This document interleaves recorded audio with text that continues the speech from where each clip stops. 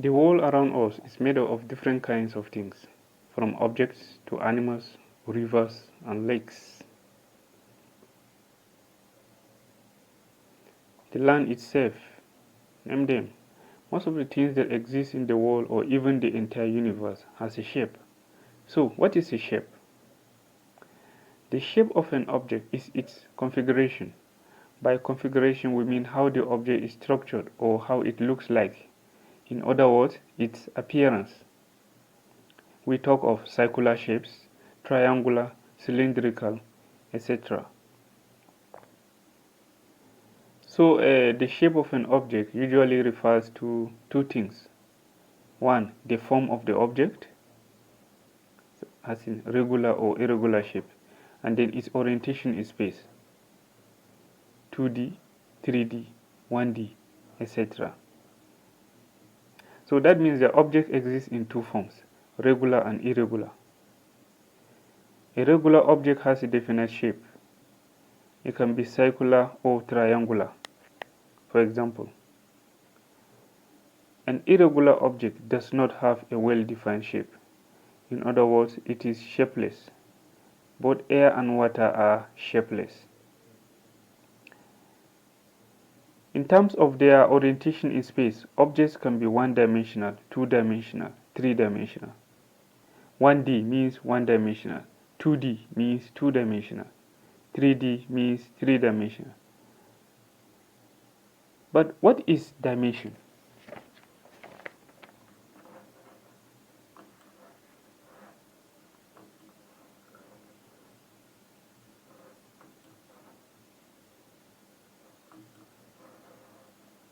What is dimension?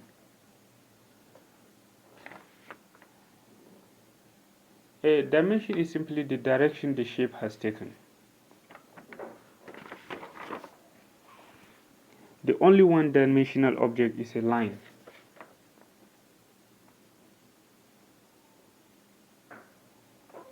Something like this.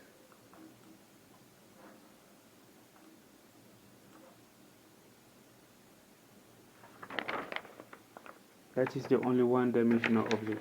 A line can either be a length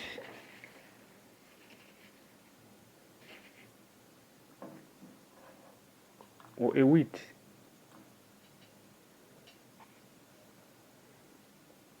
In other instances, we can call it a height and breadth, and so on and so forth. It can only be one of these. It cannot be all. An example of a two-dimensional shape is a square. Let me get rid of this.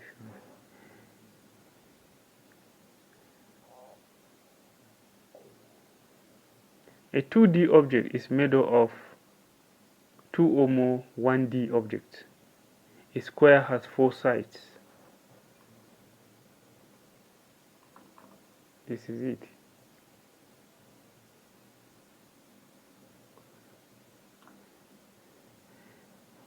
A square has four sides. 1, 2, 3, 4.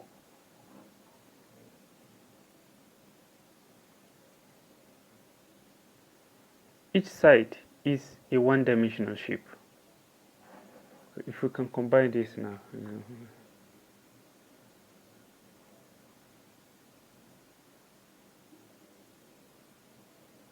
That's rough. 1, 2, 3.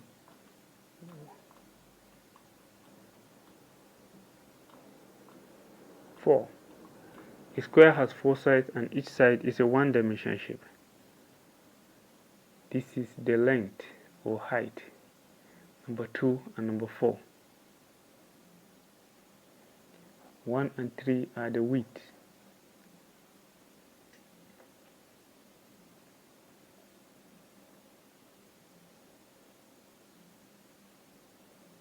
Each of these is a one-dimensional shape. An example of a three-dimensional shape is a sphere, prism, cuboid, cube, cylinder, and so on and so forth. A cube, for example, has 6 two-dimensional squares. is going to be something like this.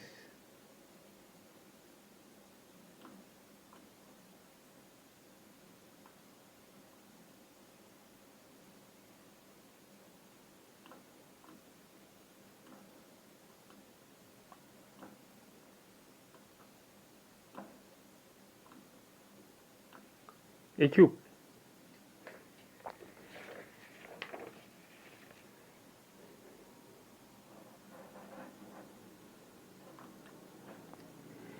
Basically, shapes are made up of two major components: lines,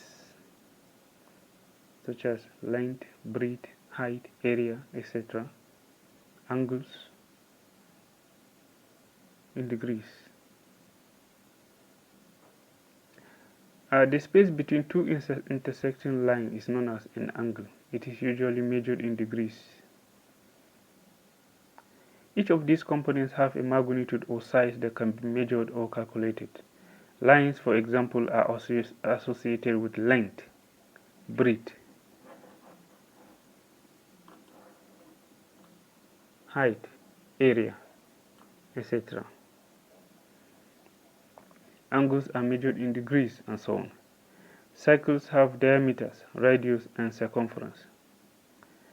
The magnitude of each of these components can be measured and calculated. Mensuration provides the means and method of calculating the size of each of these components. Let's see how.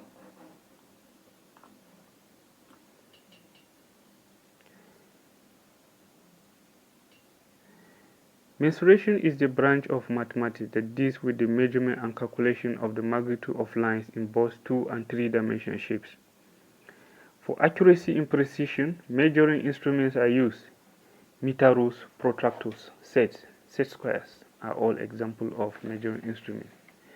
For the purpose of approximations, calculations are used. Mensuration provides the formula for each geometric shape. Let's start with 2D.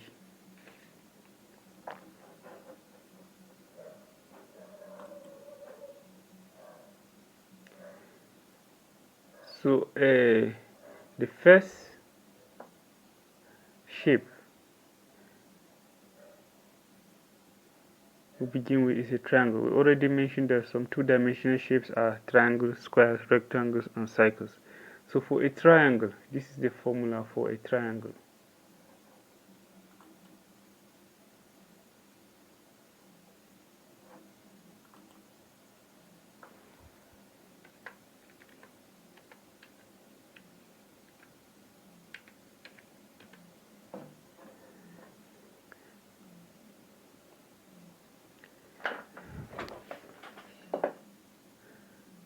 The perimeter of a triangle is A plus B plus C. A triangle, it has 3 sides, just like this.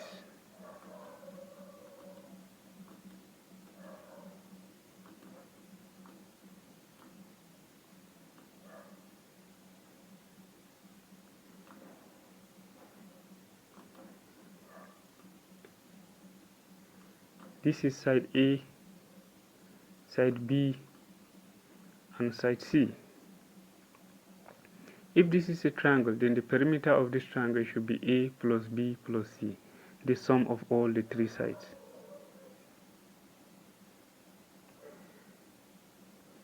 Now, the area of a triangle, on the other hand, can be calculated from one of these. If all 3 sides are given, A, B, and C, we use Hero's formula.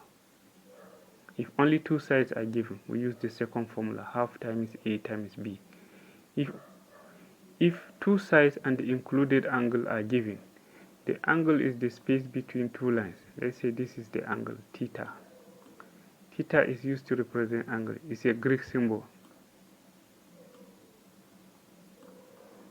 If 2 sides and the included angle are given, then we use the formula. Then the area of triangle can be calculated from half times A times B times sine theta. More on sine theta later.